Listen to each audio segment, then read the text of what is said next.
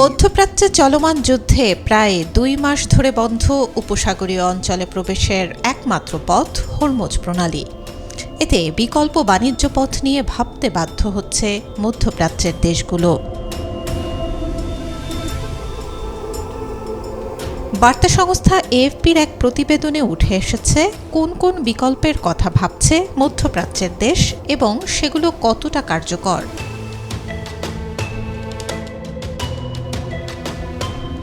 Kuwait, কাতার ও বাহরাইনের সমুদ্র সীমা উপসাগরীয় অঞ্চলের ভেতরেই সীমাবদ্ধ। তাই সমুদ্র পথে তেল ও গ্যাস পরিবহনের জন্য হরমুজ ছাড়া তাদের আর কোনো গতি নেই।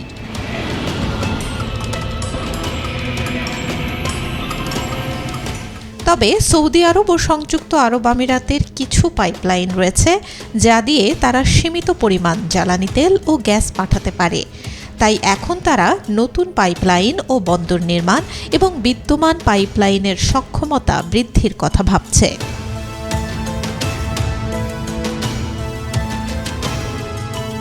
ব্যবহার করা হচ্ছে স্থলপথও। বর্তমানে তেল ও পণ্যবাহী জাহাজগুলোকে ওমান ও সৌদি আরবের লোহিত সাগরে ঘুরিয়ে দেয়া হচ্ছে, পরে সেখান থেকে স্থলপথে পণ্য আনা হচ্ছে। আরেকটি বিকল্প হল রেলপথ। ২০৩০ সালের মধ্যে ৬টি সদস্য দেশকে যুক্ত করে রেলপথ চালুর পরিকল্পনা নিয়েছে গালফ কোঅপারেশন কাউন্সিল জিসিসি।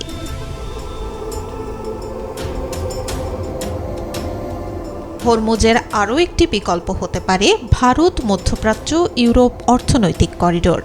২০২৩ সালে চালু হওয়া এই করিডোরের লক্ষ্য ছিল মধ্যপ্রাচ্যের সঙ্গে ইউরোপ ও ভারতের নৌরুটকে যুক্ত করা। এর মাধ্যমে হরমুজ প্রণালী ও সুয়েজ খাল দুটোই এড়িয়ে যাওয়া যাবে।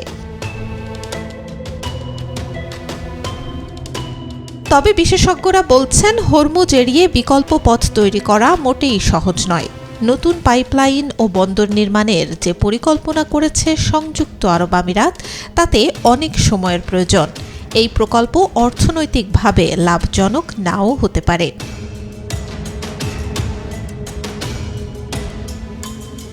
আবার স্থলপথের সক্ষমতা সীমিত, খরচও অনেক বেশি বলে মনে করেন বিশেষজ্ঞরা।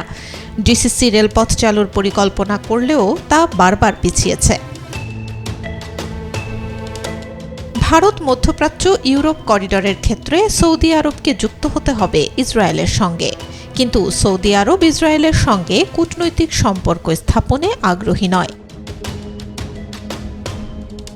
এর চেয়েও বড় কথা, উপসাগরীয় দেশগুলো যৌথ উদ্যোগে বিকল্প খুঁজলেও বাধা হয়ে দাঁড়াবে অর্থনীতি, রাজনীতি ও কূটনৈতিক প্রতিদ্বন্দ্বিতা। অতীতেও এই অঞ্চলে বড় বড় সংঘাত হয়েছে, তবে বড় কোনো ঐক্য তৈরি করতে পারেনি, বরং প্রতিবেশীর ক্ষতি করে লাভ এমন নীতি তাদের মধ্যে অর্থনৈতিক প্রতিদ্বন্দ্বিতাকেই বাড়িয়েছে।